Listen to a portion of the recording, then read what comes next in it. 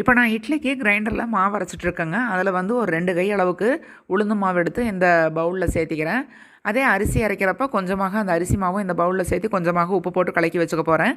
இது எதுக்காக அப்படின்னா, நம்ம இனிப்பு சுழியம் செய்கிறதுக்கு மேல் மாவுக்காக தான்.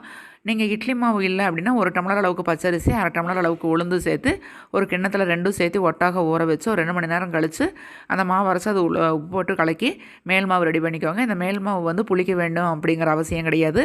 இப்போ கடலைப்பருப்பு கொஞ்சமாக நான் வேக வச்சு வச்சுருக்கேன். அதை வந்து மிக்ஸி ஜாரில் நைஸாக அரைச்சிட்டு அது கூடவே வெல்லமும் ஏலக்காய் தூள் சேர்த்து கொஞ்சம் அப்படியே வானிலையில் வணக்கி கெட்டியாக ஆனதுக்கப்புறமாக உருண்டைகளாக உருட்டி வச்சுக்கிறேன். இப்போ நம்ம தயார் பண்ணி வச்சுருக்கக்கூடிய அந்த மேல் மாவில் இந்த கடலைப்பருப்பு உருண்டைகளை வந்து நல்லா துவச்சி எடுத்து சூடான எண்ணெயில் வந்து போட்டு எடுத்தோம் அப்படின்னா இனிப்பு சுழியம் நம்மளுக்கு தயாராகிரும்.